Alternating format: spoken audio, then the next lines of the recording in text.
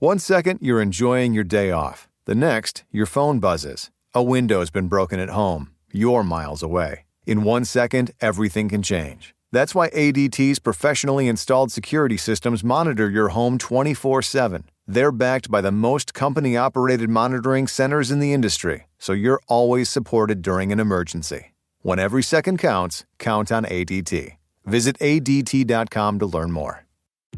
This episode is brought to you by SoFi, the all-in-one finance app to bank, borrow, and invest. Say goodbye to account fees and give your bank balance a glow-up with a SoFi high-yield savings account. Get over 8 times the national average savings rate and an epic welcome bonus when you sign up with eligible direct deposit. Sign up at SoFi.com/SXM. SoFi checking and savings offer through SoFi Bank N.A. member FDIC. Terms apply. Hey, it's Ryan Reynolds here from Mint Mobile. Now, I was looking for fun ways to tell you that Mint's offer of unlimited premium wireless for $15 a month is back. So I thought it would be fun if we made $15 bills. But it turns out that's very illegal. So there goes my big idea for the commercial. Give it a try at mintmobile.com/switch. Upfront payment of $45 for 3 months, $90 for 6 months, or $180 for 12-month plan required. $15 per month equivalent. Taxes and fees extra. Initial plan term only. Greater than 50 gigabytes may slow when network is busy. See terms.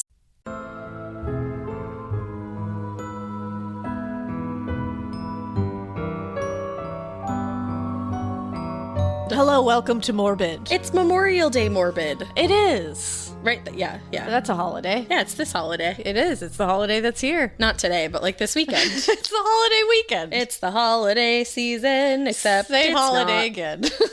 Say crack again. Crack. Do it. It's Morbid at Night, which means it's weird. It's weird, and it's a little different because Alaina and I said, well, all these people are probably going to be celebrating out by the water. Yeah, going to some lakes. Putting on some suntan lotion, like getting excited to get a nice, glow, I guess. Soaking in that vitamin D. And then just jump into the lake where everything's usually fine, right? Lakes. Lakes are so peaceful. Lake houses, lake boats, lake docks, all those things on lakes. It sounds like you really know a lot about lakes. I do. I'm often at a lake. So. Well, honey, we are going to be covering Lake Lanier, which is in Georgia. Georgia. So what's up, Georgia? I hope none of you are on Lake Lanier this weekend because you're going to want to leave after this episode. We're going to scare you away from it, so... We're really going to scare you away from it. Yeah, I think we decided this week was going to be like weird, spooky Bodies of Water week. Yeah. I don't know. There's no real reason for it. We tied it to a holiday weekend, but yeah. I don't know if it really makes sense. And you know what? I have to mention this too before we start. So I had already decided that I was going to do this episode. A girl I went to high school with that I was like friendly with posted on her Instagram story like all about Lake Lanier. And I was like, oh my God. Like I messaged her and I was like, I have to cover this. And she was like, I thought of you. Why have you not? Which is so funny. So I decided I was going to do it. I kind of started it. And then I was just like, in my research process.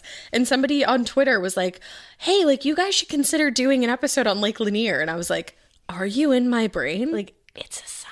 So weird. I feel like that happens a lot. It does happen a lot. I'll be thinking of doing an episode. Yeah. And then as I'm thinking about it, somebody will suggest it in the inbox or in like Twitter or something. And I'm like, in Twitter. And she's a geriatric millennial. The old just said in Twitter. You're showing your geriatricacy. Whatever, man. Whatever. But it happens a lot. So I feel like that's just because our listeners and us are so connected. We're just on the same wavelength. Yeah, I feel like we're always vibing together. I feel like we're just one. We're on the same Lake Lanier. We're all together as one. And we just also wanted to point out that the Lori Vallow and Chad Daybell news. Whoa, holy shit. Ash is definitely going to be doing an update because she covered that case so well. Yes. Thanks. And so we'll be doing an update on that for sure. So don't worry, it's definitely coming. We've just been watching it play out. Exactly. We initially, when they found like the bodies on the property, we were like, oh, we have to do, but then we were like, then I wanted to see what was going to happen. Yeah. So we weren't just constantly doing an update episode. Yeah, we figured we'd just like get it all done at once. So we'll be doing that. So you know what? Maybe you can. I mean, I'm not promising anything because I don't like to do that. But maybe you'll get a bonus episode next week. Yeah, there you go. It could happen. I don't know. All right. Let's all sit tight and see what's happening. Yeah, hold on to your butts. Hold on to those butts. But what I do know is that you're getting an episode today. So are you like ready to get into this? I'm ready. I have my floaties. I feel like I just went like full cheerleader. Are you ready to get into this? Okay. No, I have my floaties on. I have like the white sunscreen on my nose. Yep. Do you have, oh my God, the other day we went swimming and Alaina was with me. It's great. And it just made me think this Drew's gonna fucking kill me for telling this story. I love it. He has one of those like nose pinchers because I think he like, I don't know if he like learned to swim with his like closing his nose. He always has to hold his nose when he goes underwater. So he was like, instead of holding it, this thing does it for me. And I was like, that's genius. But then he jumped into the water and I'm pretty sure it fell off. So well, you know what else fell off when somebody jumped in the water? Hold on. Okay. Literally. So John was so excited to jump into the water. It was the funniest shit I've ever seen in my life. Him and Drew jumped at the same time and they each lost something because John is mid-air cannonball and I'm like, why does he have his glasses on? His full ass glasses. But it was like far too late to tell him. And he hit the water and then he surfaced and Ash said, funny, you just jumped in there with your water with your glasses on. I was like, why did you do that? Oh shit. And we had like they had to dive down and get them, but he was that excited to just jump in a body of water. It was so very funny. It was really cute. Yeah. I liked seeing them like bro out and jump in a pool together. They are the cutest. It was very cute. Let me just tell you. I like that. Like I like that we found people that mesh well together. Yeah, I love that. Yeah. You always want to find somebody who meshes well with your significant other. Humans, other best human. You know? I'm your best human. You're my best human. You're my best human. No, and honestly, based on some of the people that I've dated in the past, woo-wee! Yeah, that could have gone a very different direction. Alaina has never liked a single person that I've dated. Nope. Never have. Not one. Never have. We'll say until that Drew. With full confidence. When Drew came along, I was like, there it is. Yeah, you guys are like best friends too, and I'm always oh, okay. I love Drew. Alrighty. I love Drew with the power of 1,000 suns. Same.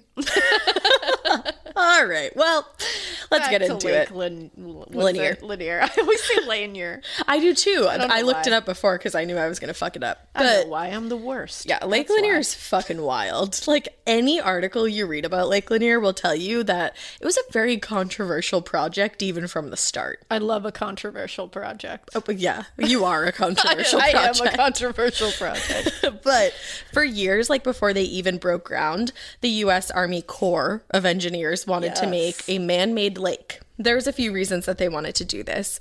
They definitely wanted to produce hydroelectric power, especially to Atlanta, which was now like pretty like up and bustling. Happening. Oh, you said hoppin'. Same thing. I wasn't even going to correct it. It was hoppin' and happening.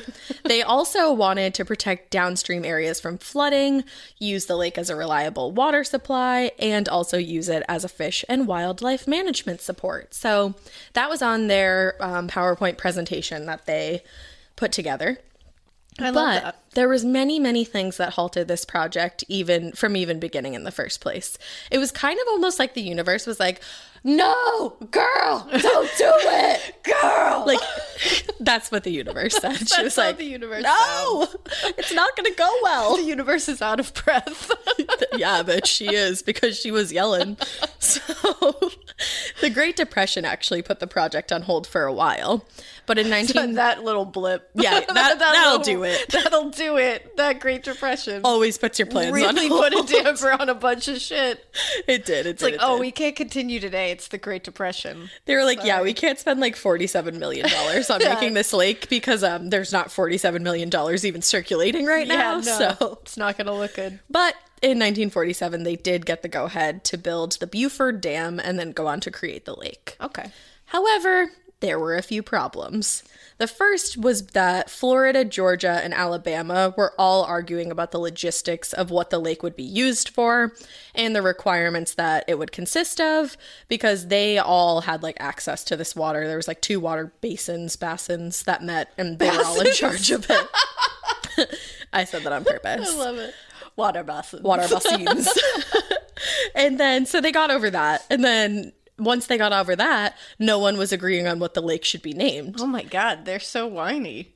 They are. Everybody get along. And then there was this whole problem of that they had to clear about 57,000 acres of land. Oh, okay, that little problem. That was like very much being used for farming, living, houses, fucking businesses, churches, cemeteries. Like, Yeah, this is going well. yeah, I don't really understand the whole plan, but Yeah, it's off to a great it start. did happen.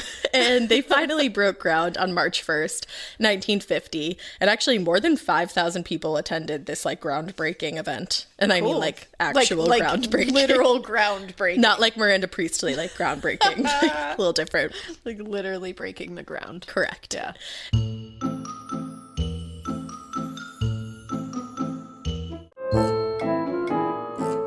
Now, it would take about 7 years for them to build the dam and then the lake.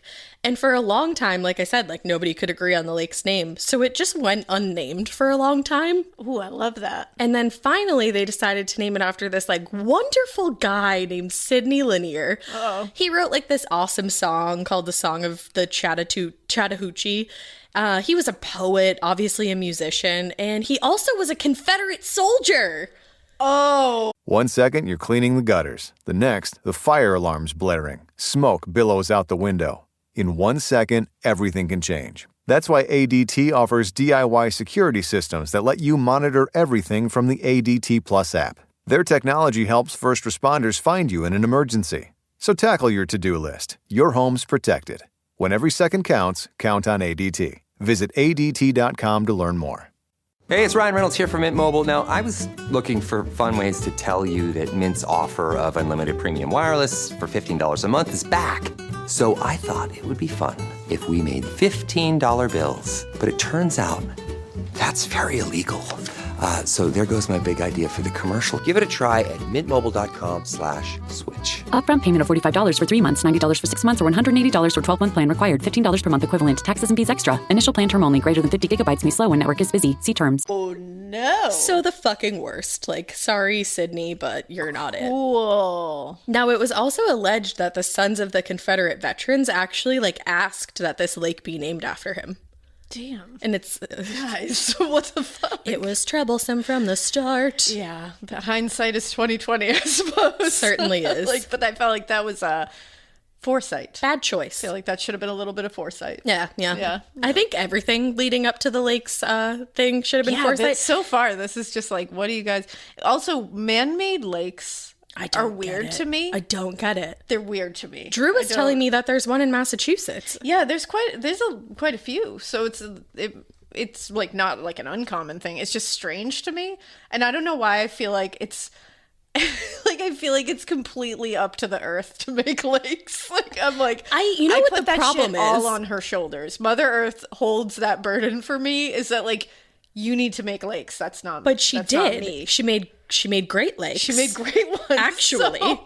And, I think we should have just left her to it. I mean, she's proven her worth in the making lakes business. And we've proven that we don't trust her, apparently. And we've proven that we make like haunted lakes. So I don't know. Yeah. I don't know. Yeah. I don't think we don't listen to her a lot, and we probably should start listening to her. Yeah, I just don't think we should have elbowed into her business. Yeah, like listen to Mother Earth and listen to Greta Thunberg. There you go. I said her name correctly, didn't I? It is Thornburg, isn't it? It is. Listen to her. No matter what. She knows her shit. Listen to her. All right, anyways, this is Morbid at Night, in case you couldn't tell. My brain has been going all day. It really is. But today, the 692 miles of Lake Lanier shoreline borders Hall, Forsyth, Dawson, Gwinnett, and Lumpkin County. And also, I think that lumpkin is a much better name for pumpkin. We should just call them lumpkins because they're lumpy. It truly is. And they're umpkins, so like, why not? I love that. Cool, glad we're in agreement. I love it. Lumpkins. Now, the water of Lake Lanier reaches 258 feet at its deepest. No. And it has claimed, are you ready, 675 lives that we know of. Guys, don't swim there. 675 lives. That's a lot. And over 160 of those deaths have happened in recent years since 1994. What's happening? Authorities say also that there are at least 24 undiscovered bodies in the lake, and for that reason, many believe Lake Lanier is haunted as fuck. There's just 25 bodies in that 24, lake? at least 24 undiscovered bodies in the lake. Just chilling? Oh, no. Bitch, when we get into this, you're gonna lose it. No. So Oscarville, which is a town located in Forsyth County, was one of the main towns that was going to need to be flooded for the birth of Lake Lanier. Yes, you heard correctly. They were just going to flood a whole ass town. Multiple whole ass towns, actually. Ooh, okay. Yeah. Okay. Now, All right.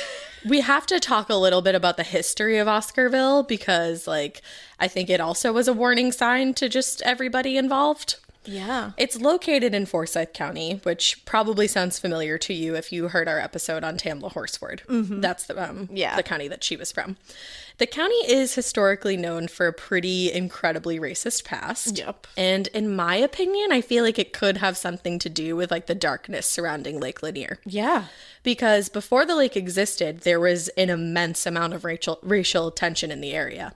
Now, a young woman named Sleety Mae Crow was viciously beaten, raped, and killed on September 9th, 1912. Jesus. She was found unconscious laying in the woods near Brown's Bridge and close by what would later become Lake Lanier. Now, some reports say that at the time she regained consciousness and was able to identify her attacker, but that could not be further from the truth. Oh, no. When she was found unconscious, and then they brought her to the hospital, and she never regained consciousness. So that's just false reporting, and the reason that they were false reporting is because they were trying to push a narrative that the murder was committed by the black residents of the town. Of course. Yeah. Because back then it was like terrible. Yeah. And I just want to let you know this is going to be like very triggering probably. Yeah. For like very much racially charged incidents about to follow. So immediately the closest black residents to the crime scene were taken into custody. Of course. Yeah, that makes total sense. Like no questions asked. They were just like, who were the nearest black people? Which is the most fucked up thing. It's so weird to me. What? It's so weird that people it's weird to me that people ever were this terrible, and then it's weird to me that people still are this terrible. It's like I can't wrap my brain around it. Now, one of the people taken into custody was Ernest Knox, who was a 16-year-old boy at the time. He was the one who confessed to the crime and actually named several other boys that he said were involved, but it was later revealed that he was coerced into confessing because they mock lynched him to show him what would happen if he did not confess. What? They mock lynched him to get him to confess. The fuck?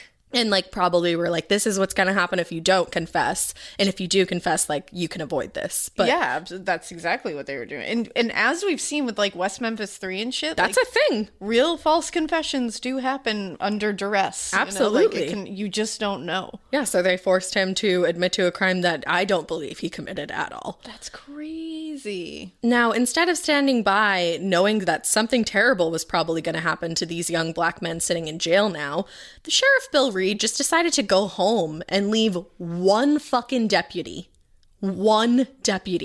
to like protect all these prisoners if an angry racist mob showed up, which we all knew was going to happen. Which that's never happened before in history. No. What? That's shocking. Never. Yeah, they couldn't have seen that coming. No, never. No, not at all. And actually, I guess the Sheriff Bill Reed had like beef with this deputy because they were running against each other in like an upcoming election. Jesus. So he definitely did it to be an 100%. asshole in multiple ways. Yeah.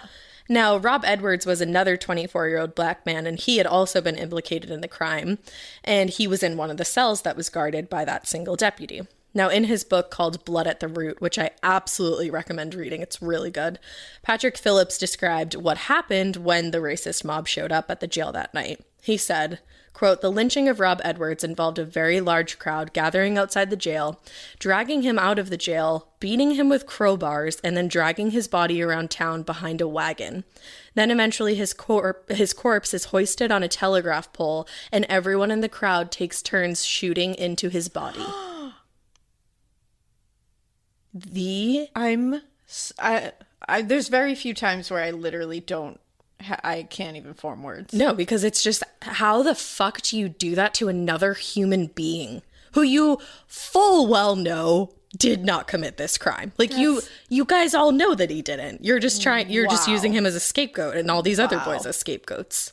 Wow. And these are young men with their entire lives ahead of them, with families who also were being intimidated at the time. Literally just in the wrong place at the wrong time with the wrong skin color. Exactly. That's, wow. Exactly. Like, that's like really, whew. It's terrifying. Yeah. Now, Ernest Knox and Oscar Daniel was 17 at the time, they were publicly hanged as well, even though public hangings were illegal by that point.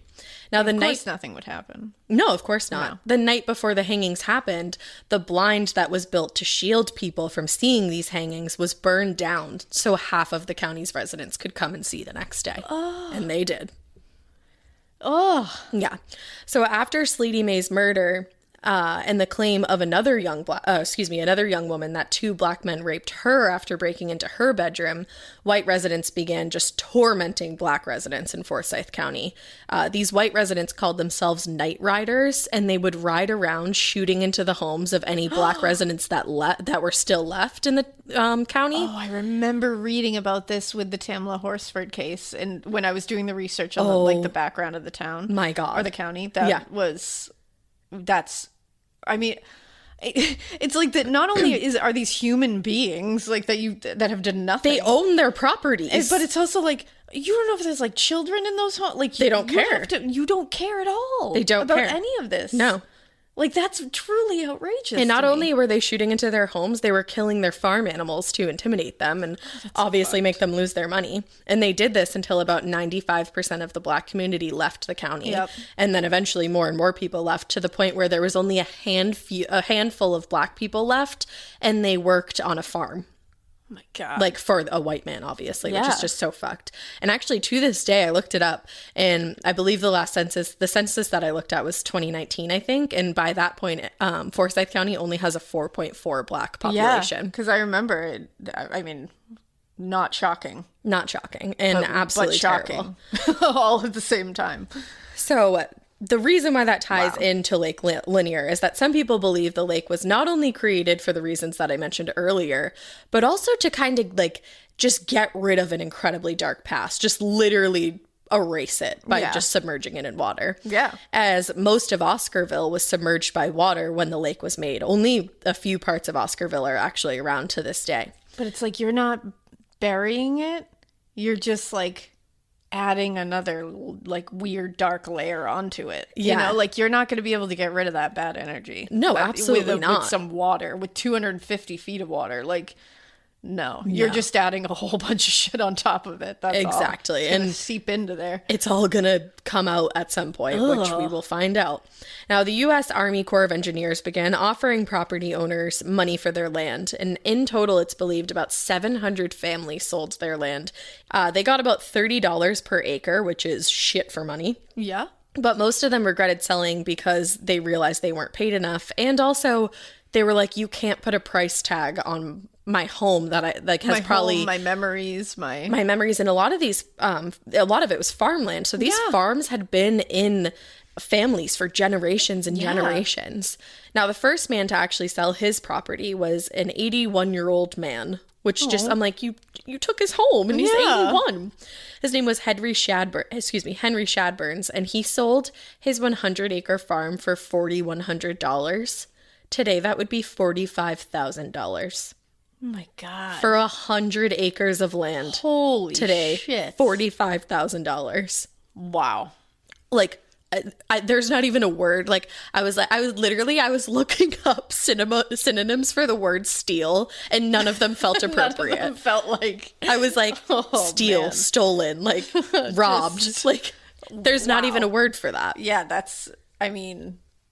wow. 100 acres for fucking $45,000. I wish, bitch. I can't even picture 100 acres. Like, I can't even visualize I can't picture like 5 acres, to be honest with you. We get to 100 and I'm like, so that's just a town. I'm like, what? That's just a continent. What are you talking about? Literally. I have no idea. So the land that wasn't already occupied by homeowners was occupied, I think I said it earlier, by cemeteries, churches, businesses. So They say that all of the bodies in the cemeteries were relocated, but a lot of people question if that's actually the truth, especially when it came to relocating bodies in unmarked graves. That's never the truth. It's never the truth. It's never the way. Ever, ever, ever. They never move all the bodies. They never do it. Because they get tired or something. They get tired. They get tired and they get greedy and they just want to make their lake. They don't hydrate enough. They didn't eat lunch and they never move all the bodies. And they didn't That's stretch. always what happens. They just don't. And especially, I hate to say this, but the ones in unmarked grave, it's just... Yeah, they just don't. Yeah, they don't. They want to get home for the voice and they just stop. They stop moving bodies. It happens every time. It does. I've never heard of a thing where they're like, they moved to the cemetery and they Nothing got ever everybody happened. in the cemetery and they put them all in marked graves and everybody was happy and no one was haunted after that. Butterflies, the end. It's always... Yeah, they said they did, but like, they we didn't. don't think they They did. definitely didn't. I saw one article where some guy was like, they definitely did. Like, they could never get away with that if they didn't. And I was like, dude. Hey, so they submerged it in like a shit ton of water. So like no one would really ever find out if they didn't. And they've definitely done it. And like, why? Like, you need to calm down. Yeah. Yeah, so that's good. And all of the buildings left standing were either relocated or burnt down to only their concrete foundations. Awesome. Which, personally, maybe I'm like too much of an empath, but I feel like homes have feelings and like vibes in them, and burning them down, burning down that many places is just like not good. Yeah, I think, you know what? I feel you on that. Right? Like, I feel like it's... especially like homes that people have lived in for like generations and stuff. It's like they have an energy. Adobe Firefly is the all-in-one creative studio with AI-powered image and video editing for today's creative process. Built for creators of every kind, Firefly helps you generate, edit, and experiment fast. Because the asks aren't getting smaller, the budgets aren't getting bigger, and the timelines, oh yeah, still tight. With all the best creative AI models in one place, Firefly brings your ideas to life. Unlock a better way to make with Adobe Firefly. Hey, it's Ryan Reynolds here from Mint Mobile. Now, I was looking for fun ways to tell you that Mint's offer of unlimited premium wireless for $15 a month is back. So I thought it would be fun if we made $15 bills. But it turns out that's very illegal. So there goes my big idea for the commercial. Give it a try at mintmobile.com/switch. Upfront payment of $45 for 3 months, $90 for 6 months, or $180 for 12-month plan required. $15 per month equivalent. Taxes and fees extra. Initial plan term only. Greater than 50 gigabytes may slow when network is busy. See terms. They have like heartbeats. Spirits of their own. maybe So I feel lingering like, there. Yeah, I don't know. I think I agree. I do just too. Something about it. You're like, I agree with your statement. I'm like, I agree with my statement. You're like, you know what? Me too. I stand by it. Me too. I do agree with me. And so, yeah, they were burnt onto the concrete foundations, and then trees were able to be left standing if they would be at least 35 inches below the full level of the lake. Damn. Excuse me. Oh my God, not inches, 35 feet. You know what? In my head, I was like, I think you mean feet, but not 35 inches. That'd be crazy. 35 inches. That's like real. So they were allowed to remain standing if they were 35 feet below the full level of the lake. But even 35 feet is not that deep. No. Like, I mean, I'm not swimming down there. I was just going to say, I'm definitely not swimming in that water, but like, still. But when we're talking about trees, it's like, yeah. Yeah, it's fucked up. So apparently there's just a bunch of old ass trees and like concrete foundations just lying deep beneath the surface. All right. I think I might have that thing where because I'm like terrified of dark water. Oh, yeah. Like, terrified. Yeah. In deep water. Like just thinking about it, I just got like that, like, it's scary because we don't know thinking what's about down there. Fucking trees underneath me. No, trees are above me always and forever. Yeah, they need to be like next to me, above me, not under me ever. It's just a standard we personally have. Yeah. It's fine if you don't. It's okay. And like thinking about like foundations of houses underneath me, like 35 feet under. No. Because it just feels like they're sucking you in. No, that's like I'm getting uncomfortable and I'm on a couch. I know. Like that's a very comfy couch. I feel like I know. Yeah, no. I can't. I'm canceling my trip to Lake Lanier. Yeah, we were never going. I'm canceling it and I'm not swimming in that water. You think that's bad? Listen to this. In 2001, the area was going through like a lot of droughts. There's a lot of droughts going on. And the level of the water decreased so much that the top of the old concrete stands from Loopers Speedway, which was an old racetrack, were just visible chilling in the lake. Oh, no. the stands No. where people used to sit and watch races. They submerged a whole ass racetrack, my dudes. A whole ass racetrack. Are there photos of this? Just probably somewhere, yeah. Like all over the place. I gotta look it up because that is wild. Me and Drew the other night, we were just watching like YouTube videos of divers going underneath Lake Lanier. Oh. It is the creepiest shit you will ever see in your life. Now, that's not it, my guys, because the ferry system that used to be used was put out of business when the lake was made. And instead of getting rid of all the old ferry boats, they just also submerged them. So there's just old ass ferry boats lurking down there too. No. And divers say, I don't want to play. They say that as you like go deeper and deeper into the water, it gets incredibly murky, obviously. Of course it does. It is the pits of hell in there. It's literally hell. But when they have been able to find things along the floor of the lake, it's just like super fucking creepy because there's, like I said, old house foundations, boats that have sunk to the bottom, and also just like potentially invisible forces that like don't want you lurking in the waters.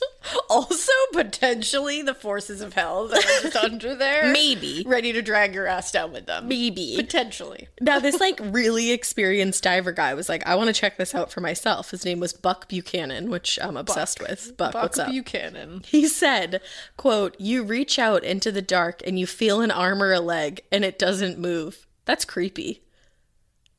Buck? Yo. Buck, that's more than creepy. Buck, that's a crime. That's a true crime underwater. Buck. Buck? Call someone. You feel a leg? We gotta talk to someone? That's more than creepy. We gotta mark the spot with an X? Yeah, we got a podcast about it. What is this arm and leg that you're feeling underwater? He said, that's creepy. That's creepy. It's a little more than that, Buck. It's a situation. What one might say that's unsettling. And then, Mama, many of the people who were close to drowning in the lake, they say that they feel hands around their legs pulling them underneath the water. Get the fuck out of here. Or like they'll be like swimming, like, and the other thing is a lot of the drownings that have happened pretty close to the shore. Yeah, because this is a demon lake. Because this is hail.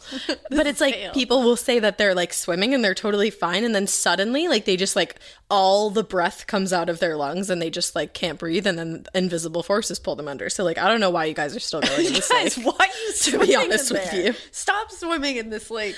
But, you know, I will play devil's advocate here so that all of you don't have to yell at me. I'll tell you, this lake is definitely a spot where people go to party hardy. Over 7.5 million people visit the lake each year. Damn. I'm confused about why you're all still going. Yeah, all 7.5 million of you that are listening right now, clearly. Don't go there. Don't stop it. Don't go there. Stop it. Stop laking. Now, Georgia actually in the past years has attributed the high death rate to the number of visitors the lake attracts, obviously. But like, I don't think they realize that they submerged like hell water. Yeah, I mean, yeah, it's hell. But a lot of drownings or accidents have been alcohol related. And so much so that in 2013, they actually changed the blood alcohol concentration level from 2.08 for operating a boat on the lake. It used to be 0.10. Oh, and I was like, if I can crash my car at that rate, like I feel like a boat is almost a little bit more dangerous. Yeah, because you have like more like openness and like people aren't swimming in the road, they're swimming in the water where your boat is, where you shouldn't be a 0.10 of drunkenness. That's literally a fact. You are right. That's literally in the dictionary. It's in the thing. It's in the books. That's yeah. I mean it makes total sense that the amount of people that go to this lake per year. Yeah, and the fact that they're all like hardying. Yeah, it's like a party lake for sure. And I mean, they probably make like good money now because there's fucking like restaurants along the shore, and there's like different places to go. There's hotels and of course. But if you're going to a lake, guys, I know it's fun to like party by a lake, but like please it's so be careful. dangerous. Like bodies of water are so fucking like cool. Get fucked up on the beach. Be my guest, but stay out of the water if you're fucked up. Stay out of the water, and you can't. But it's like if you're partying on the beach, I know it's fun. But, like, you can't be sure that you're not going to go in the water. Right. Like, because you're acting a fool. Yeah. And so just don't. Don't. Listen, Listen, party girl herself, I love to party. Yeah. Like, not anymore. I'm like, we were actually just talking about how different I've become. I'm just like an old woman. But I never partied on a lake. No, I just feel like it's just opening up too much. Like, we just covered the smiley face deaths. And actually, that comes in here. We're opening up a lot of, like, just... You know, a lot of cans of worms. A lot of error. can happen here. And by the way, actually, this lake was never intended to be used for recreational purposes. That's what I I'm saying. listed a whole last group of reasons before, and not once did I say for tubing and swimming and getting drunk and going on your boat. No, I didn't say never. that. I never said that. So You didn't say that. And there's also like a ton of areas that are marked with no swimming signs, and people just ignore them all the time. Yeah, I mean, the fact that like an entire civilization is literally submerged underneath it should be like reason enough probably not to swim in there. Yeah. But usually I get it. Yeah, everybody wants a challenge, I suppose. And if you swimming among submerged trees and people's memories and ferry boats and the pits of hell, then you know, you do you, but like be careful. Please. Definitely be careful, because a lot of weird shit goes down around this. I'm worried about all of you. Yeah, she's a mom. You're all her children. But so a lot of weird shit goes down here. Like, beyond the point of what I've even mentioned so far. I'm concerned. So let's get into one of the most famous ghost stories surrounding the area. Please do. The Lady of the Motherfucking Lake. The Lady of the Lake. I added the motherfucking, but I bet she'd appreciate it. It felt right. I don't know if she would. Now, well, actually, I don't know her, but I don't know her. It was 1958, so I don't think they said motherfucker that often. But she probably felt a little repressed. Who am I to know? Maybe she'd like it now. Yeah, actually, yeah. I think she did feel repressed. So in April of 1958, Delia Mae Parker Young and her friend Susie Roberts were driving to the Three Gables, which was a local roadhouse in Dawsonville, Georgia. They actually went to a gas station and left without paying, so that's why I think she maybe felt repressed. I was gonna say that's pretty rebellious. Yeah, so. They were rebels without a cause. Now, Susie was the driver, and while driving over the Lake Lanier Bridge, for some unknown reason, she just lost control of the car and crashed off of the bridge, submerging the car into the lake. Oh. Yes. Now, they knew that the car had gone into the lake because of the skid marks left on the road and on the road of the bridge, but it would be 31 years before Susie's car or Susie were ever found. Damn. Now, before that, in 1959, before Susie got found, a fisherman discovered remains floating along the surface of the lake, but the body was very bloated. I mean, it had been a year at this point and really hard to identify. And they were actually unable to identify these remains or a cause of death for this particular body. But they did note that the body was missing both hands and 2 toes on the left foot. What? Yeah. I don't know if it was just probably the elements of hell in the bottom of the lake. It was just hell. Elements. It was just the elements. I like that. It was the elements. It was definitely the elements. But a ton of people thought that the body could have been Susie's or Delia's, but since they couldn't determine that to be true right then and there, the body was buried in Alta Vista Cemetery in an unmarked grave. But a lot of locals who experienced the Lady of the Lake phenomenon speculated that the body was Delia's because Delia had been wearing a blue dress that night. And since the accident, cars passing on that particular bridge would see a seemingly lost woman wearing a blue dress pacing up and down the area. And she was missing her hands. What? Yes. Imagine seeing that. No. I don't want to either. Now, when Susie's car and her remains were found, they were doing construction to build a new bridge. And that's how they ended up finding it, because they had to dredge the lake bed to install the pillars of the bridge. And when they did that, they found a rusted car with a body sitting behind the wheel. Not a body anymore, but you know what I mean. And they were able to determine that it was Susie's body through dental records, I guess. Damn. Which I'm damn, your teeth survived that long? Shit. I had to double check 42 times because I was she didn't have teeth anymore. She didn't have teeth. But she did. Yeah, your teeth are pretty gnarly. She didn't have a body. It was just made of bones. But she had teeth. Now, but this has a happy ending because now they were pretty sure that the body that they had found was Delia's. And so Susie was laid to rest in the Alta Vista Cemetery as well, next to the formerly unmarked grave that was now marked Delia Mae Parker Young. Oh, okay, good. So at least they were able to ID. I mean, sad, but good. And I think it makes sense, too, that Delia was the one haunting the bridge because she was the one who was discovered first and, left unidentified for so long. Yeah, and she might have been trying to be hey, my friend's still down there. Exactly. You gotta get her. I think that's what it was. Aw. I know. What a bummer. I know. It's like a happy bummer because they got reunited. I know, and I feel like one of them was trying really hard to help their sister out. They were each other's best person. Yeah. Like us. Aww, I love that.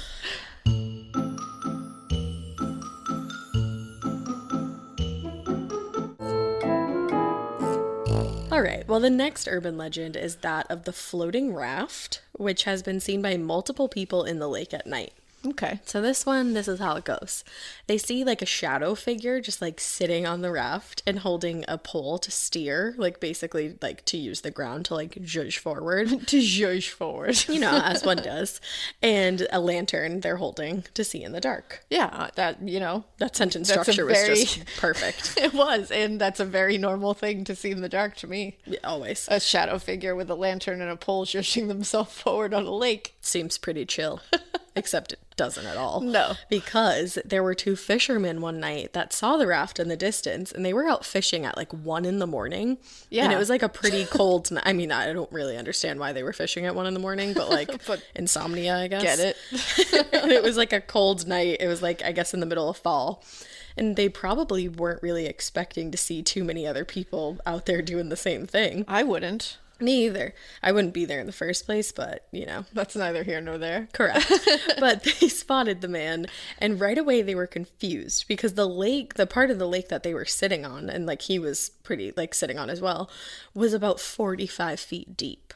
But the man in the distance wasn't seeming to have trouble using the pole to like inch himself forward. Wait a second. And like the pole didn't seem to be 45 inches long plus 45 plus inches long. You know, so I mean feet, god damn it. The metric system. You fucking love an inch. I do. We love the inches. Give you a foot and you take an inch. Yeah. That's what it's about. That's can you imagine a bad joke. if he just has a 40? That's a bad joke. Dad joke. Can you imagine though a 45-foot pole and he's just like zhuzhing himself forward with it? Yo. Just at 1 a.m. 45 plus with a lantern. because the water is just 45 deep. Just being a shadow I'm just gonna figure. not say units of measurement Just anymore. 45. Just numbers. 40. It was 45 deep. Just context clues. You'll figure it out. It was deep. But yeah, he didn't seem to be having any trouble moving himself forward. And, you know, I don't know. Then shit got crazy. Out of nowhere. Seems suspect. The man stood up on the raft, which seems chaotic. And exactly what it seems. Shouted something at the men to further create chaos. And then to like bring that chaos level to 100, he dove into the water. Oh, stop. Like in their direction. It's the fall, sir. Stood up.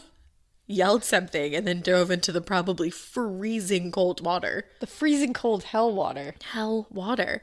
They panicked. Like, Yeah. they were like, oh my God, what's about to happen? But when they flashed their light back where the raft had been, nothing was there. Oh, I hate that. Yeah, I so- really don't like that one. So that be the raft. I don't like that one at all. That's almost like the redheaded hitchhiker on Route 44, how it's just like, I don't know. It just gave me that feeling of like, no, it's there. Yeah, it's there. So and why that's is it not now? See, now that one, like it. I feel like if I had to choose your own adventure between two of those I'd things. choose the raft. I would choose the raft Yeah. because that guy on the redheaded hitchhiker ends up in your back seat. Yeah, that I'm not okay with. At least this guy doesn't end up on your boat because No. fuck that. No, I don't want that. Get off my boat. Get off my boat. We're going to need a bigger boat. Thank you for saying it. I literally was like, We were literally just watching that thing on Jaws the other day too. We were. As a little side, my kids got like very obsessed with the idea of Jaws. They're 5. Yeah, so they have cannot not see the seen movie Jaws yet. and they will not be seeing it. But I think it was on the Today Show that like they showed a quick little clip of Jaws because they were saying how many shark attacks have been happening. And there's been so many sightings. And sightings, yeah. And so I think one of my twins was there and was like, "What is that?" And I was like, "Oh, that's not real." And I was like, "Don't. That's a movie. It's just about a big crazy shark. Everything's It's not literally real." fine. Yeah, I was like, "Don't worry. That's not how big sharks are." Oh my God. And so I know them. So I found a documentary about the making of Jaws. And I was like, they'll love this. It was cool. Fucking loved it. Like, my 2 5-year-olds were so into Bruce the fake shark. Bruce the fake They shark. were all about it. They wanted to know if Steven Spielberg went to many years of school to become a director. They were like very interested in this. So I love that. if your kids are scared of, sharks or something, show them behind the scenes of Jaws. It's fun. You're going to have to go beep when they yell shit sometimes, but like, It's fine. It's okay. Just yell beep. They've definitely heard TT say shit before. In fact, like, for some reason, I have been saying, like, oh, that's sexy to, like, everything lately. Oh, God. And one of your kids was showing me her, like a bunch of stuffed animals that they got. And I almost just went, oh, that's sexy. And I was like, I can't say that at all to you. Like, that's wrong. You're like, no, we don't need that. I was like, that's great. That's special. TT's not meant to have kids anytime soon. TT's rocking the TT life for now. I love it. But that was a little side tangent for you. Well, Go that was watch actually that behind the scenes of Jaws. That was actually perfect because now we're kind of getting like into some like real concrete shit. So I needed like a little segue. Oh, good. Okay. I'm happy to do that for you. Thank you, best human. So yeah, we're going to get into some real concrete mystery that has gone down near and in the lake because we're going to talk about the disappearance of Kelley Nash. And this is a case that has stumped people for years. So Kelley was born on September 15th, 1989 in Alabama to his parents, Alan and Beverly. He had been attending Georgia Gwinnett College with hopes to become an accountant, and at the time he was also working for his dad's construction company. So he was just like doing the damn thing. He's really doing the damn thing. Yes, and he also had a pretty long-term girlfriend named Jessica. They had been together for 3 years, and they just moved into a home together around this time in Beaufort, Georgia. But Kelley disappeared early on the morning of January 5th, 2015, and he had disappeared not too long after he woke up, which is like, it's just like weird to me. Yeah. So, like, where'd you go? Right, exactly. So he had been having a ton of sinus trouble as of late, and he like wasn't really feeling great. He woke up coughing and sneezing a ton, and he couldn't get back to sleep. But he didn't want to disturb his girlfriend, who was asleep next to him. He was like, she's got to get up in the morning. So he decided to head out into the living room on the couch to play some video games, and he was like, I'll just fall asleep there when I do, and that way I'm not bothering her. So Jessica did end up waking up around like 4 and was like, oh, Kelley's not sleeping next to me. But she heard his video games coming from the living room, so she went to check on him. He was still there, and he explained that he wasn't feeling That was shocking. I thought something different was going to happen there. I know, that's why I paused that long. He just explained to her, he wasn't feeling well, couldn't sleep, yada, yada, yada. And she was like, okay, like, cool, went back to bed. Cool. She woke up again at 7:30 to let the dogs out and get ready for work, I assume. Who let the dogs out? Jessica. Jessica did. Okay, a quick side note. I just found out that that's like a super like feminist song. Oh, really? Yeah, I don't know the exact fucking explanation right now. Wow, cool. I saw it on TikTok, but it's all about feminism. Saw it on a TikTok. I did. I saw it on TikTok. I learned a lot of shit on TikTok. Ash's favorite sentence is, I saw it on a TikTok. It absolutely is. But anyways, Kelley was not in the living room anymore at that point. Oh, no. By 7:30, he had disappeared from the living room. Oh, disappeared. What happened? So his game was idle. So it had paused itself, I think, is what that means. Like, okay. Like it had timed out kind of thing. Yeah, like lack of activity. It was like Netflix, are you still there? Yeah, exactly. And everybody was like, no. And she noticed that was going on. And then she noticed that the garage door was like slightly open. Huh. Now, Kelley's truck was still parked out front and his wallet was left behind. And I believe his cell phone was left behind as well. What was missing, though, was his 9mm... See? Units of measurement. There it is. It's throwing you his for a 9 week. pistol. A single clip was also missing. And in some sources, I read that his car keys were missing. And then in others, they were left behind. So that one's questionable. Choose your own adventure on that one. Yeah, but at least like a lot of things that he would have needed were missing. Yeah. Or excuse me, were there. Yeah. Like without him. We're not with him. And then like creepy stuff was missing, like a single clip for a pistol and a pistol. Yeah, that's weird. Yeah. And Kelley's family was like freaked out, obviously, when he was reported missing, because they were like, this is not like him. He had a ton going for him, and he would not have just walked up and away from his life. I mean, you hear that all the time. His father actually said, quote, he saw what he wanted in life. He had it figured out and was working to get there. Strong relationships were what he wanted in life. Kelley wasn't driven by money, but by doing things the right way. Yeah. So it's like the whole thing of him getting up because he didn't want to disturb his girlfriend's sleep because she had to wake up early the next morning. It's like he cared about her. Yeah. He was considerate enough to do that. Yeah. It doesn't feel like someone who's ready to just walk away from that person. No, definitely not, to me at least. Yeah. So the search for Kelley included helicopters and search dogs, but they just could not find him. There had been surveillance footage found of Kelley earlier that night at a gas station where he seemed to be acting really normal. He was actually on the phone with his girlfriend, and I believe he bought some cold medicine. So that was like before everything had happened. Yeah.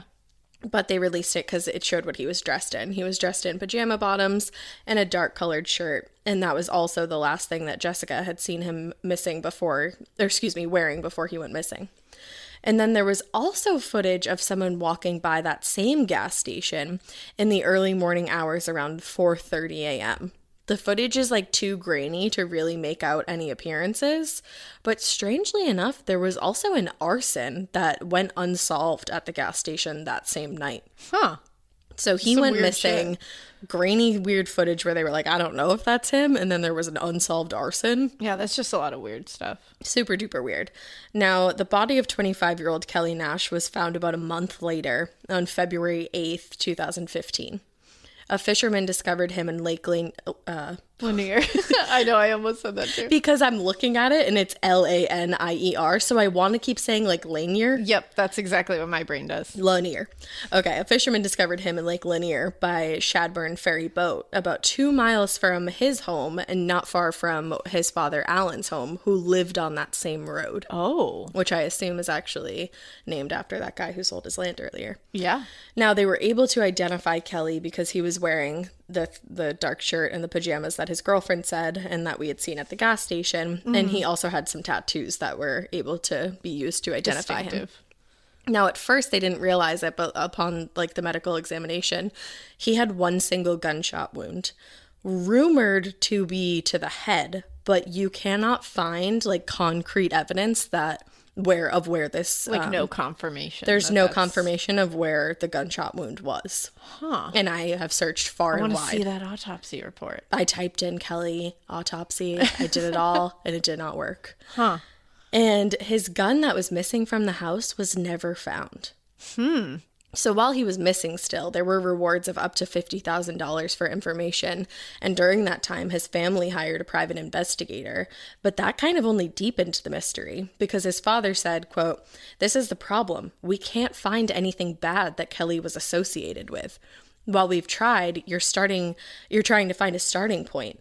Is there something that he was doing that none of his family members would know? This is not a young man tied up in some dark world situation." Huh. There were rumors that, like, it was something drug-related or something like that, but I think that's, like, the first thing that a lot of people would jump to. Of course, but I think his father saying that is, like, no, like, he wasn't wrapped up in this stuff, so that only makes it more confusing. Like, not only did we not know about him being involved in anything like that, but, like, even digging into it, we didn't find anything. We can't even uncover stuff that he was hiding. Right. And like, that's crazy. Private investigators always find crazy shit usually. Yeah. But they did not believe that he had walked 2 miles in the rain on a cold night to end his life. Though many people do believe that it was simply a suicide. And some people say that they think he went out to the dock that night, like near the water, and shot himself so that he would like end up in the water and there wouldn't be a big mess for anyone. Yeah, I mean, it's not out of the realm of possibility by any means. No, of course not. Now, other people think that Jessica might know more than she's saying. And I didn't include her last name just because I didn't want, like, rumors to start and everything like that. But while searching web sleuths, actually, I found that she had been previously married to a man named Jason Baker who died in an accident. Huh. Which is just like a little bit weird, but you can't find anything about his death either. That's like I searched for his obituary or anything like that, and you can't find anything about that. So I'm definitely not pointing fingers here. It's just like some people say. It's just an interesting tidbit story. Exactly. But theories aside from suicide actually point to the smiley face killers. That's wow. Which is like super duper weird because we just covered that. Very weird. But I don't really think it's fitting in this case. Yeah, especially because I don't know if that's even a real thing. I mean, I do, but I don't think it fits here. But other people say that because the garage door obviously was open, and people are like, well, maybe he heard something outside, went to investigate with his gun, and ran into something nefarious along the way. Yeah. So it's still unsolved. Yeah, it's all very like just bizarre. Yeah, and honestly, like all of the theories seem pretty plausible. Yeah, I mean, you could definitely, every single one that was presented, you're like, all right, I guess so. Like none of them are like, oh yeah, that's it. You know, like all of them are just like, okay, yeah, that could have happened. Yeah, which is rare. Usually, it's you lean towards one or none of them really fit the bill. But this one is like, all of that makes sense. Like, that all kind of makes sense. But it's like just the mystery of Lake Lanier. Yeah. That lake, man. That hellish lake. Because no matter what, even if it is, you know, a suicide, he went to Lake Lanier. Yeah, you know, exactly. It's like, what is the pull creepy. there? Why was he drawn there? Yeah. So that's creepy no matter what. It really is. And tragic no matter what. I was literally just going to say, and so tragic. We're stealing each other's words. We are, because we're each other's favorite human. Yes. So we're going to talk about another case, but this one is a murder. Ooh. And it's also unsolved. A murder. So Hannah Truelove is another girl that went missing, and she was discovered nearby Lake Lanier. Her death was, like I said, 100% murder, but again, never solved. She was just 16 years old when she went missing on August 24th, 2012. Oh, man. A little baby. Yeah. She had last been seen hanging out with her friends at her apartment building. She lived there with her mother. They were last seen hanging out around 7:30 on August 23rd. But she was later found murdered in the woods next to the lake the next day. She had been stabbed multiple times. What? Yes. And they said that they weren't sure that she died of her stab wounds, but maybe bleeding out or something like that. But oh God, there was an issue because in the days leading up to the murder. Oh, actually, hang on. Sorry. We're going to get to the issue after. You're like, wait a second. I put my notes the wrong way. But in the days leading up to the murder, this is super creepy. She was tweeting just some very strange things. She mentioned having a stalker in one tweet. What? In another tweet, she said, "So scared right now." Then I went to look at her Twitter myself because it's still up. And you can definitely tell that she was going through something with her friends.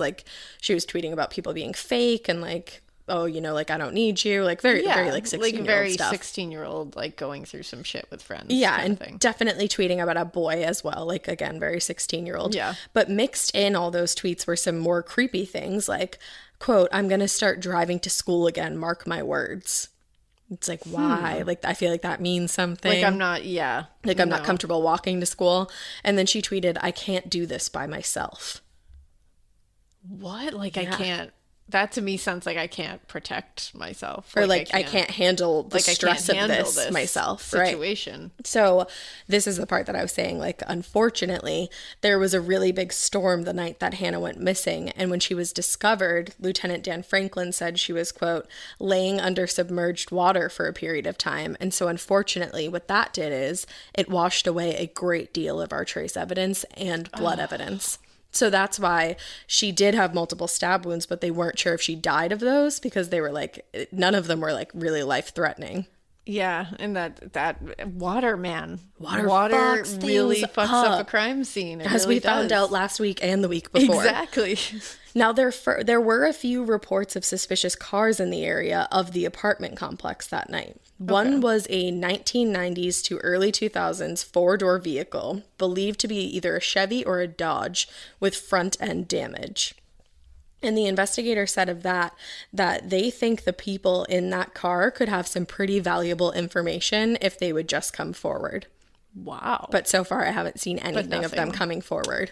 But it's they're These definitely kill me. Well, and I think they're definitely keeping something close to the chest with this investigation because they're we know that this car was in the area and we know that the people in there have valuable information, but it's there's way more to that. Yeah, there has to be way more to that. Because I agree with you that I think they're holding something. And it's also confusing because it's well, if you knew who they were, then couldn't you just like go talk to them? Yeah. But it's like, you don't know who they are, but you know that they have valuable information. It's just like, we have like 3 pieces to a 100-piece puzzle here. That's what it is. It's like we have like we have 3 of the corner pieces. Yeah. And nothing in between. Yeah, exactly. Like nothing to connect anything. Right.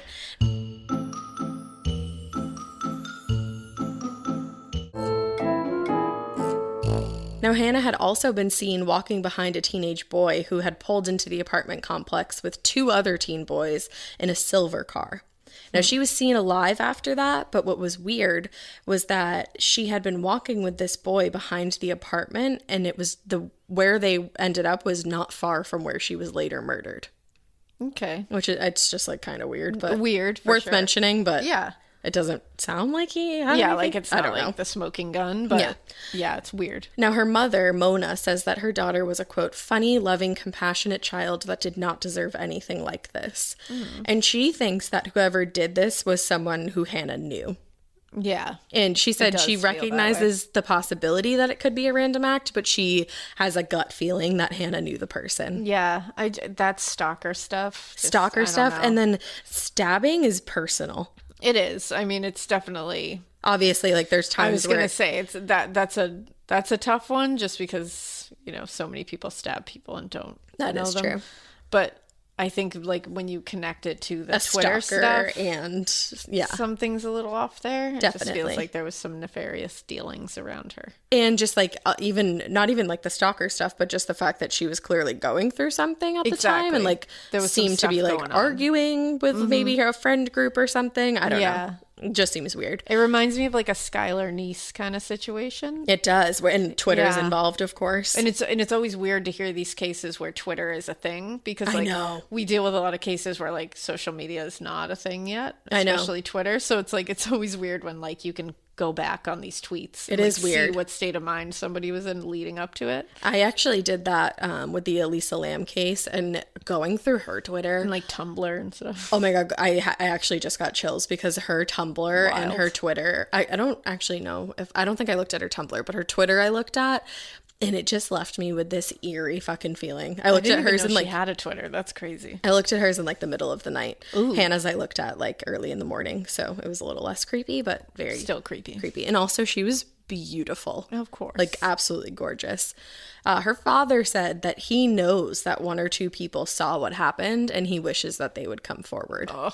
Now, I don't know if he means like he knows that because he's heard things or he just knows like in his heart and his gut that this happened. Yeah. But he wishes they would come forward and just like say who did this to his daughter. Just give closure. Yeah. Now, anyone with information regarding this case is asked to please call the Hall County Sheriff at 770-531-6885 or Crime Stoppers at 1-800-222-TIPS. Do it. I will also link that in the show notes or put that in the show notes. Awesome. Now, bad things really truly never seem to stop happening at Lake Lanier. Yeah. Because so far, so good here. I'm going to give you like a couple other brief things that I found during the research process. These aren't like super far in depth, but they are definitely worth mentioning. They are things. A man named Jason Millen went out to fish on November 17th, 2019. And while he was like out there fucking lining up his bait, I don't know what he was out there, fishing, doing that fish thing. What do they say when you're baiting the line? Is that what it is? Baiting that fucking line. Yeah. That's what they say. Worms. That's what I don't they know. say. I have no idea. But while he was doing that, he saw something shiny underneath the surface of the water. So he went a little closer and actually went over it with his boat. And he realized that it was a motherfucking van. No. His boat was over a van. No. That's a phobia, and I forget what kind of phobia it is, but it's one I have. Of like big things, objects. Yeah. Like big submerged. You should Google that while I talk, because it's going to bother me. I don't want that at all. I don't want that at all. No. I don't like it at all. I think I've probably mentioned this story like at least 3 times between this. Are you talking about the shipwrecks? Absolutely. And I don't even care because we get new listeners sometimes. They need to know. When I went, it's snorkeling, I think, in the Bermuda Triangle with Drew. He was terrified to do it, but he did it for me. And when we were over those shipwrecks, it was like the coolest, but the creepiest thing I've ever done in my life. Because you feel like you're being like like they're gonna like swallow you. You feel like it's gonna suck you in. I don't know what it, or I feel like it's gonna grab me. I don't know. Yeah, you just feel like something's gonna pop out of there. It's too spooky. But when the van was in submechanophobia. Yes, that's the fear of submerged man-made objects. All right, well, like count me in because that's actually just the fear of Lake Lanier. Yeah, it literally is. The fear of Lake Lanier. That's it. Now, when the van was investigated, they found the remains of a 56-year-old man inside. His name was Van Dobbs, and he had been missing since June of 2018. What? Yes. I guess he just like crashed his car off of like a bridge or something nearby and it was ended a up van? there. And it was a van. And his name was Van. That's weird. I know, it is super That's duper strange. weird. But it was a silver minivan. Oh, that's so sad. Yeah, I know. Like people just driving off a bridge or something, or like having a crash and you end up in that hellhole. No, thank you. And the news reporter, this is a little bit lighthearted and silly. The news reporter for the segment that I watched on this, I just saw like a little news clip, and he said, "When the lake level drops at Lanier, who knows what you'll find." I was like, not a game I'm really interested in playing. I was going to say, it's like, whoohoo, everybody look out. Check out. Maybe we'll find some more corpses. Everybody look out. And it's like, I'm actually good. Stay tuned for news at 8. Okay. No, thanks. Okay. Fun. Now, this blew my mind because I did not know. I knew that this happened, but I didn't know that it happened here. Usher, like the star. Like Usher. Need I explain more? Like, yeah. I was thinking more like, these are my confessions. But his stepson, Kyle Glover, was critically injured in July of 2012 on the Lake Lanier, while he was tubing with a friend. I remember this. Yeah. He and his friend Jordan Shep were on the inner tube when they were struck by a jet ski. Ooh. And the jet ski was driven by a family friend, Jeffrey Hubbard, who was later found guilty on charges including homicide, serious injury by vessel, reckless operation, unlawful operation of a personal watercraft, and a boat traffic violation. Yikes. Now, apparently, before this all happened, he was like just being like super duper reckless on the jet ski and like just pretty much being an idiot. Yeah. And his mother, Kyle Glover's mother, was on the boat and saw Jeffrey like zooming toward them. So she saw this all happen, and her husband dove into the water and got them. Oh my God. But Kyle Glover, like I said, was critically injured, so he went to the hospital and he was there for like a week or two, and he was like hooked up to life support, but eventually they had to pull the plug on the life support because so sad. he was declared brain dead. I do unfortunately. remember this. I remember that story. Now, Jeffrey Hubbard was actually sentenced to 4 years in prison for this. Damn. And Kyle's mother, Tamika Foster, said, "Kyle was the most creative, genius songbird, both funny and handsome. I'm so grateful for my time with him. I can smile today." Oh, this one like gets me. I know. "I can smile today because I never missed a beat as his mother. He knew daily that I loved him so much." Oh, which is just destroy my heart. Like ruin me. Destroy it. Now, as recently as this past Mother's Day, there was actually a boat explosion on Lake Lanier. Oh, okay. Just a boat explosion. Mother's Day. And the cause of the explosion has not been determined yet. Yeah. Of course it hasn't. Lake Lanier. I was going to say, cause of explosion. Lake Lanier. Hell. Or is it Lanier? No, Lanier. Right? Okay, Lanier. Okay, yeah. Sorry. Because I remember before we started the episode, right. I put it into Google and I put the lady's voice on slow-mo and she was like, Lake Lanier. Like, you because we say Lanier. Idiot. We say Lanier. Yeah, I think we do like it's Lanier. We do it. We do it. But back to this boat explosion. There's a water park called Margaritaville on Lake Lanier. Yeah, there is. I mean, like, hell yeah, there is. Yeah, there is. And there's a fueling dock nearby, and that's where the boat exploded. Oh, shit. Now, a family on board included parents Annie and Steve and their 3 children.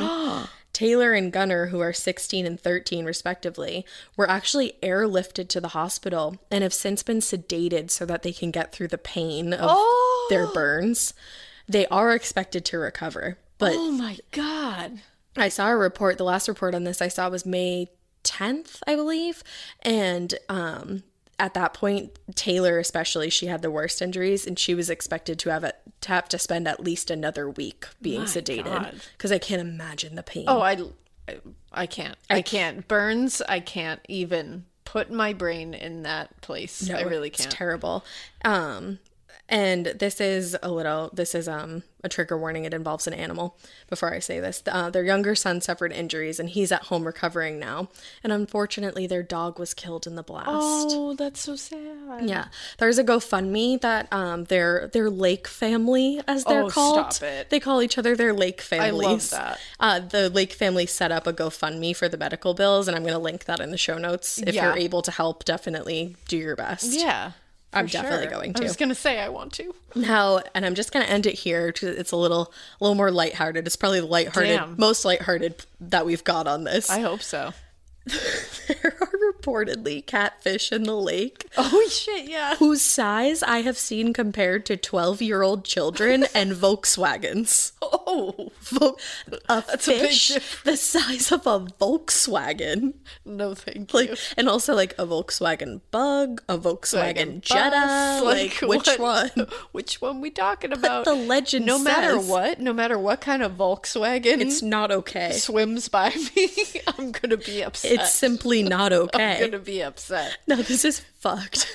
And if you're a vegetarian, probably don't listen. Or a vegan. Or you like chickens. So legend says that there was a truck in the 80s carrying live chickens and that it crashed off the Thompson Bridge because there's a ton of crashes surrounding Lake Lanier. Yeah. Now, obviously, it sunk to the bottom of the lake. And they say that when the divers had to go check out the wreck there just to see what had happened, I can't even say this without fully panicking. There were huge ass catfish fighting over the chicken carcasses and swallowing them up in one bite. No. And I'm gonna post a picture of these motherfucking catfish because whoa dang. You thought catfish with Neve was something? Honey, childs, let me tell you, you ain't seen nothing yet. My God. A Volkswagen catfish. Very stressed out. There's also some fishermen willing to back that story up, and they tell stories of when they were out fishing and they got their line on one of these Volkswagen catfish bit their line, and just these people had their boats carried around the lake while they were trying to catch these fish. Of course I did. What? I am not well after that. No Volkswagen should be swimming by me in a lake. It's just not something I need in my life. This is when I'm sitting here telling my 5-year-olds, no, Bruce from Jaws isn't real. And then in the next Bruce breath, from Jaws is I'm so hearing real. that a Volkswagen can swim by you in and eat you up in one bite. That lake. So maybe that's where the undiscovered bodies are. Yeah. I think the catfish ate them. The Volkswagen fish. I think the Volkswagens ate the corpses. That's not a cat. My cat weighs 6 pounds. That's not a cat. Unreal. That's an elephant fish. And people say that these catfish can also create this is a lake, it's not fucking wavy. No. They can create massive waves that have capsized boats. I don't like this. This is not the most lighthearted part of this. This is the scariest part of this. I mean, it is, correct. As far as I'm concerned. You're correct. I do not I've mentioned it before, I'm not a big water person. See, I am. And I don't like giant things in the water. It's not something I want to be a part of. No, I hate that Lake Lanier has taught me that there might be giant catfish Volkswagen 12-year-old boys there will be lurking below when I'm not going to Lake Lanier, but I'm going to go to another lake. They're there. There's a Volkswagen under you. And catfish lips are just They have the whiskers. Oh, they're so yeah. The thought of a fucking 12-year-old boy Volkswagen catfish. Just they say that they drown people because they just accidentally get in their mouth because they're huge. That's not real, I don't think, but I don't know. Anything's possible when you fucking submerge an entire fucking multiple counties under a lake. Anything is possible. If you just don't believe. If you just believe. Anything's possible if you just travel to Lake Lanier. No. I'm out.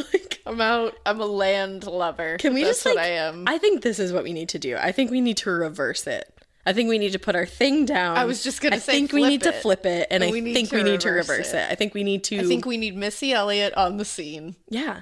And I think She needs to press She the needs to do button. it And like, oh my for God, us. I remember like when I used to watch Phineas and Ferb, Dr. Doofenshmirtz, Evil Incorporated, he would always want to like there was an episode where he like took all the water out of a lake. And I think somebody needs to call him. Yeah. I think we do. I think that's it. And That's just the answer. let's rebuild. We already have the rebuild. fucking foundations, Let's get I guess. that guy and Missy Elliott together, and I think we're going to be okay. I think that would make a great music video, Missy Elliott, if you're listening. That guy, Missy Elliott, 2024. Can you say Dr. Doofenshmirtz? Dr. Doofenshmirtz. Yes. And Missy Evil Elliott. Incorporated. I vote for them as a team. And to they can save do a us from song this called lake. Evil Incorporated. There you go. And also work on a project of taking this lake back. Yeah. Take it back. I think they can do it. Take it back. Someone has the receipt. Yeah, someone does. Someone's got to take it for store credit. I don't know. I was just Someone gonna has say to. that. I'll take We'll store get a new credit. one. I'll take a gift card. Yeah. I'll take nothing. Yeah. I'll You can just have give it back to you. I'll eat it. It's fine. Yeah. You know what I'm not going to eat is a 12-year-old boy catfish. Guys, that was a serious episode. And it was that episode ran the gamut of emotion. It truly did. Because in the beginning, I was like, everything. wow, this is heavy. And I'm feeling like a lot of stress and sadness about this. And then it just waved. It was like a catfish Volkswagen wave. And it took me for a ride. It did. It did, man. You're welcome. And like I said before, I care about you guys. So don't be stupid around bodies of water. Yeah, please. come on, man. Especially not this weekend. Like, I want all of you to live for Yeah. a super long time, and especially past this weekend. Be safe. So everyone be safe. It's a holiday weekend. Make good choices. But yeah, just make good choices. 'Cause Call me we if want you need all me. around. Call us if you need us. We're here. We might be there. We're here to help you. I'm just kidding. I'm just kidding. We're here to listen at least. Yeah, that. So wow, thanks Ash. You're welcome for that. And we'll be adding to your fear of water in the next episode. Yeah, so literally stay tuned. tomorrow. Well, guys, we hope you keep listening after that. We hope you do. And we hope you Keep it weird. But that's whether you get eaten by a giant catfish Volkswagen. Bye. I love you. beep beep. Blub, blub, blub, blub, blub, blub, blub.